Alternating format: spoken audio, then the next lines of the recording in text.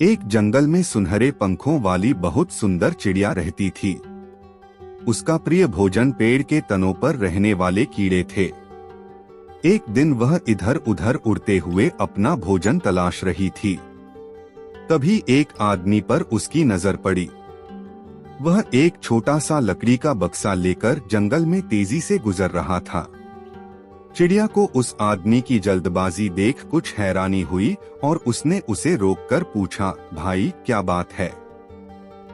इतनी जल्दी में कहाँ जा रहे हो? कुछ परेशानी है क्या? नहीं तो ऐसी कोई बात नहीं है। आज सुबह से मैं पेड़ के तनों में रहने वाले कीड़ों को इकट्ठा कर रहा था।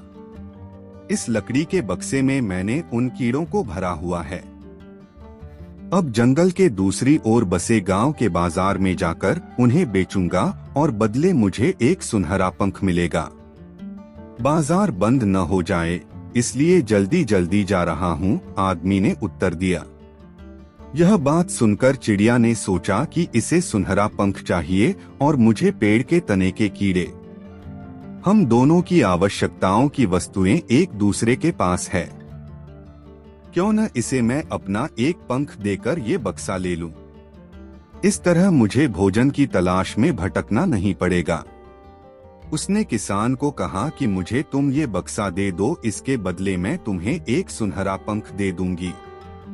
किसान को बिना बाजार गए ही सुनहरा पंख मिल रहा था, इसलिए वह तैयार हो गया।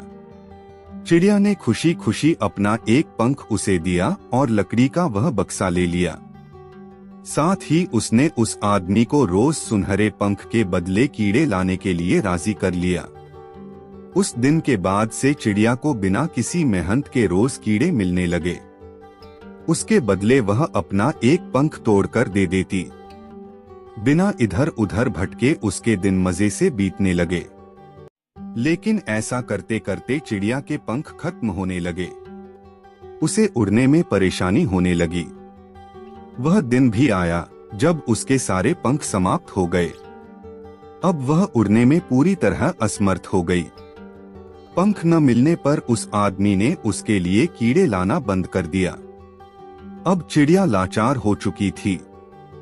वह भोजन की तलाश में जा नहीं सकती थी और रोज बिना मेहनत मिलने वाला भोजन अब बंद हो चुका था।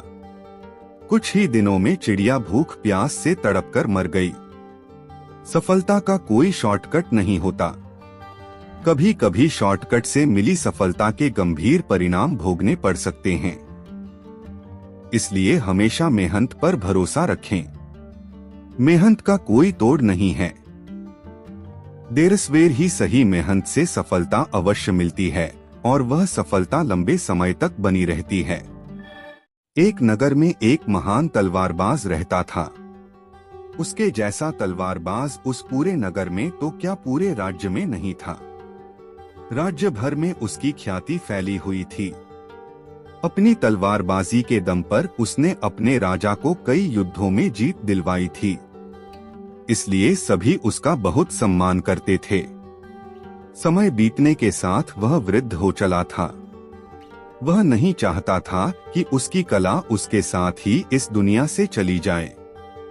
इसलिए उसने पूरे राज्य में ऐलान करवाया कि जो भी तलवारबाजी सीखना चाहता है वह उसके पास आकर सीख सकता है। राज्य के कई युवक उसके पास आए और उसके शिष्य बनकर तलवारबाजी सीखने लगे। वह भी अपनी कला के हर गुर अपने शिष्यों को सिखाने लगा। उन शिष्यों में से एक शिष्य असाधारण था। उसने शीघ्र ही तलवारबाजी के सारे गुर सीख लिए और तलवारबाजी में पारंगत हो गया। पारंगत होने के बाद उसे अपनी तलवारबाजी पर घमंड हो गया। वह स्वयं को अपने गुरु से भी महान तलवारबाज समझने लगा, किंतु उसे अपने गुरु सरीखी प्रतिष्ठा प्राप्त नहीं थी।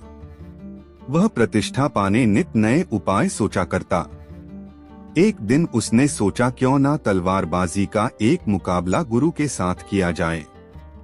उन्हें पराजित कर दूंगा तो लोग मुझे उनसे महान तलवारबाज स्वीकार कर लेंगे। उसने अपने वृद्ध गुरु को तलवारबाजी की चुनौती दे दी। गुरु ने वह चुनौती स्वीकार कर ली। 7 दिन बाद दोनों के मध्य तलवारबाजी का मुकाबला नियत किया गया। पूरे राज्य में इस मुकाबले की चर्चा थी। यहाँ तक कि राज्य के राजा भी वह मुकाबला देखने को आतुर थे।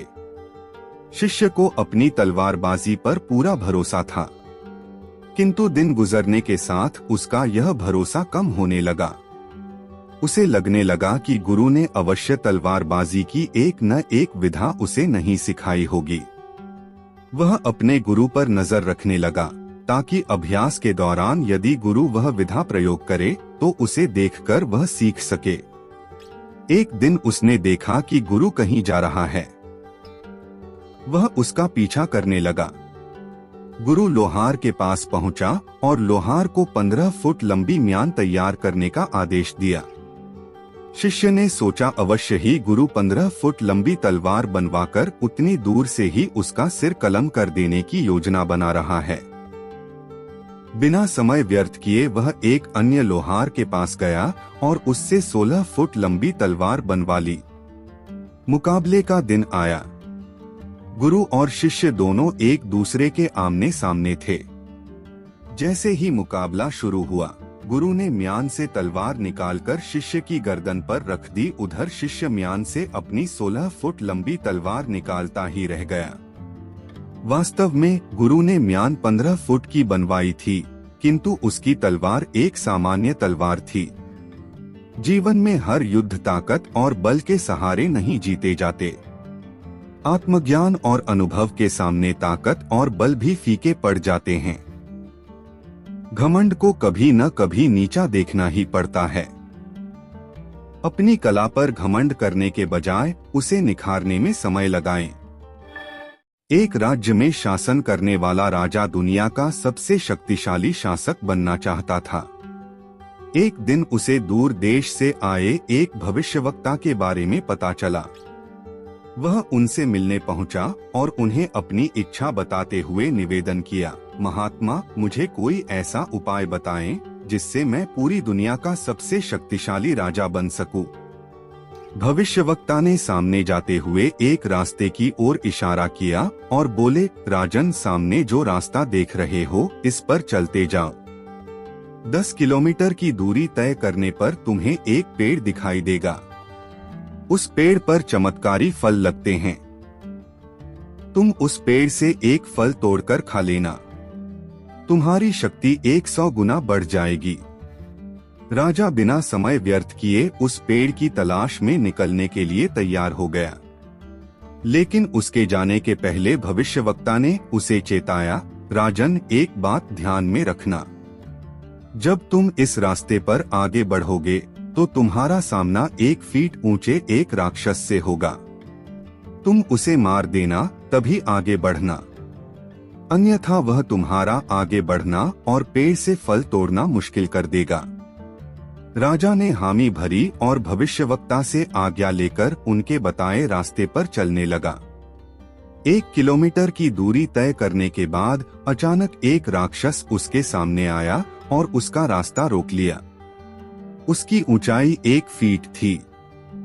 वह राजा को ललकारते हुए बोला, तुझमें हिम्मत है तो मुझे मारकर आगे बढ़।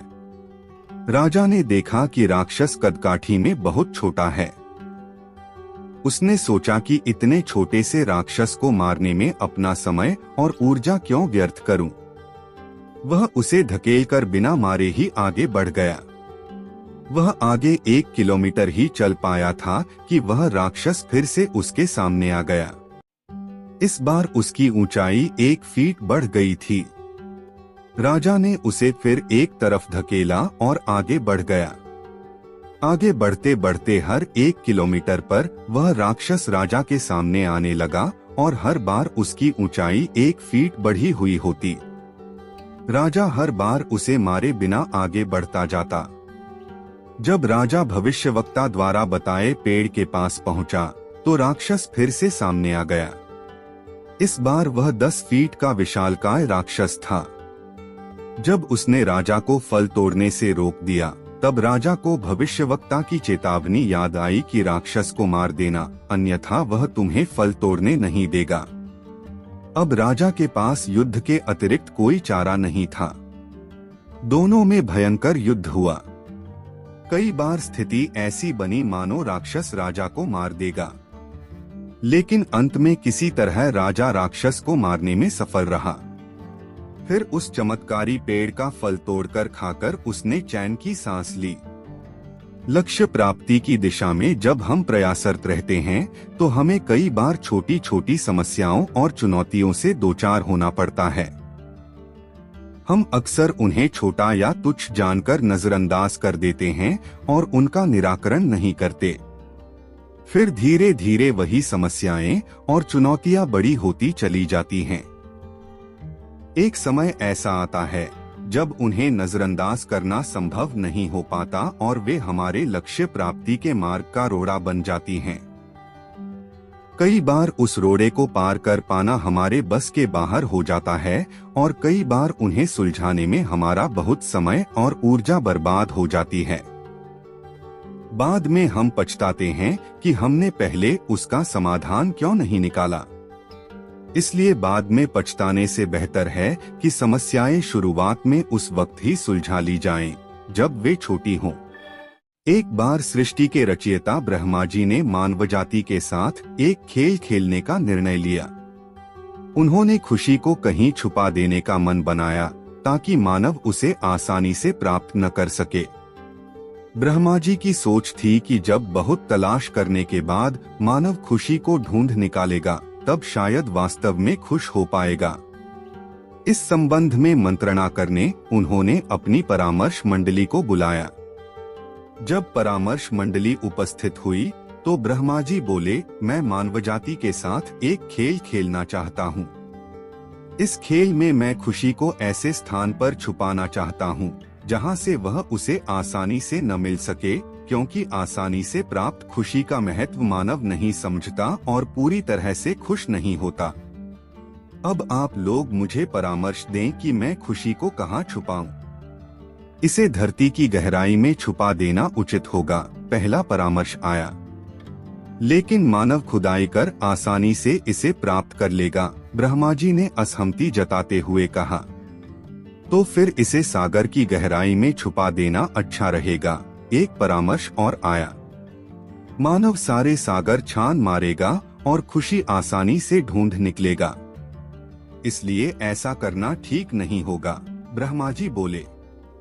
बहुत से परामर्श सलाहकार मंडली ने दिए, लेकिन कोई ब्रह्मा जी को जंचे नहीं।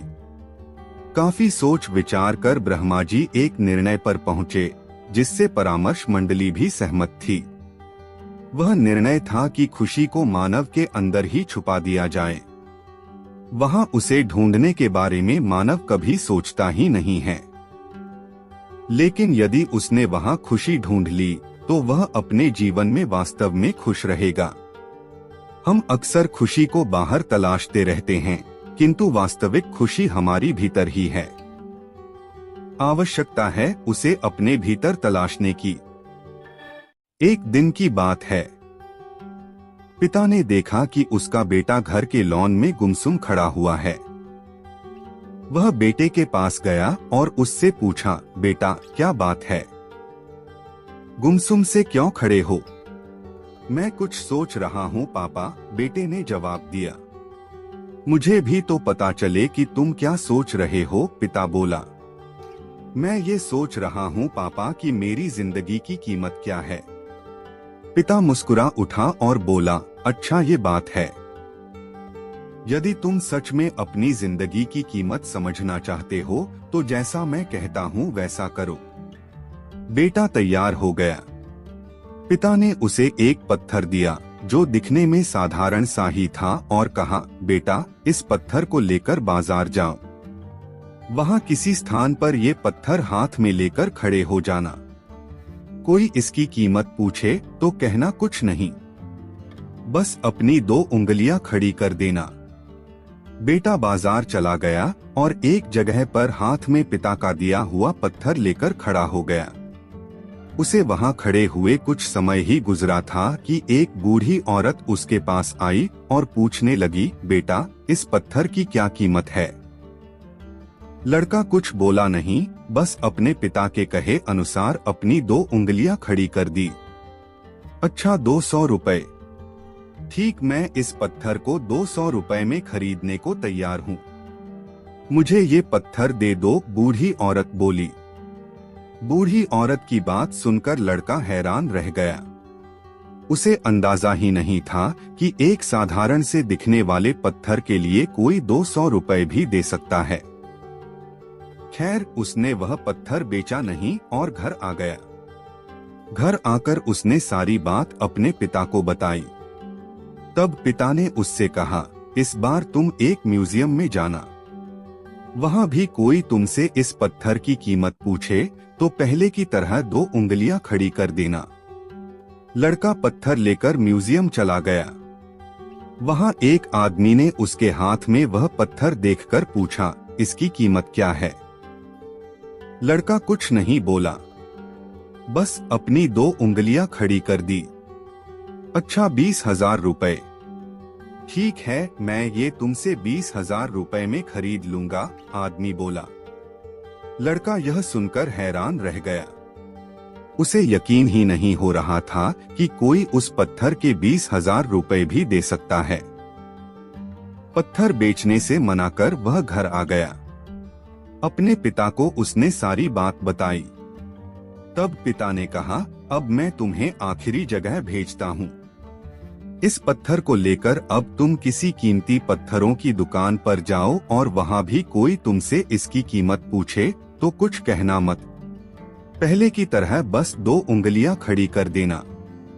लड़का तुरंत कीमती पत्थरों की एक दुकान में पहुंचा। उसके हाथ में वह पत्थर देख दुकानदार तुरंत उसके पास आया और बोला, अरे ये पत्थर तुम्हारे पास कैसे? इसे तो मैं सालों से तलाश रहा हूँ। ये पत्थर तुम मुझे दे दो, बताओ क्या कीमत लोगे इसकी? लड़के ने बिना कुछ कहे अपनी 2 उंगलियां खड़ी कर दी। अच्छा, 2 लाख रुपए। ठीक है, मैं अभी तुम्हें 2 लाख रुपए देकर ये पत्थर तुमसे खरीद लेता हूँ, वह आदमी बोला। 2 लाख रुपए सुनकर लड़के की आंखें आश्चर्य से फैल गई। यह कीमत तो उसकी सोच से भी बाहर थी। खैर, उसने वह पत्थर नहीं बेचा और घर चला आया। घर पहुंचकर उसने अपने पिता को बताया, पापा, यकीन ही नहीं हो रहा कि कोई इस पत्थर के 2 लाख रुपए देने को भी तैयार है। ये कैसा पत्थर है पापा? कोई इसे 200 में खरीदना चाहता है तो कोई 20,000 में, और तो और इसे 2 लाख रुपए में भी लोग खरीदने को तैयार हैं। आखिर इसकी कीमत क्या है? पिता बेटे को समझाते हुए बोला, बेटा, तुमने अपनी जिंदगी की कीमत मुझसे पूछी थी ना। इस पत्थर की जगह अपनी जिंदगी को रखो और अंदाजा लगाओ अपनी जिंदगी की कीमत का। इस पत्थर की कीमत अलग अलग स्थान पर अलग अलग थी।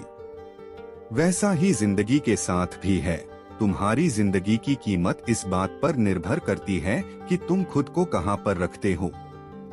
यदि तुम खुद को 200 रुपए वाली जगह पर रखोगे तो तुम्हारी जिंदगी की कीमत 200 रुपए की है। यदि तुम खुद को 2 लाख रुपए वाली जगह पर रखोगे तो तुम्हारी जिंदगी की कीमत 2 लाख रुपए की है। अब ये तुम्हें तय करना है कि तुम खुद को कहां रखते हो। लोग हमारा और जिंदगी का अलग अलग मूल्यांकन करते हैं। जो हमसे प्यार करते हैं, हमें अपना समझते हैं, उनके लिए हम सब कुछ होते हैं। लेकिन जो हमें बस इस्तेमाल करना चाहते हैं, हमारा फायदा उठाना चाहते हैं, उनके लिए हम कुछ भी नहीं होते। वास्तव में जीवन अमूल्य है, इसका महत्व समझें।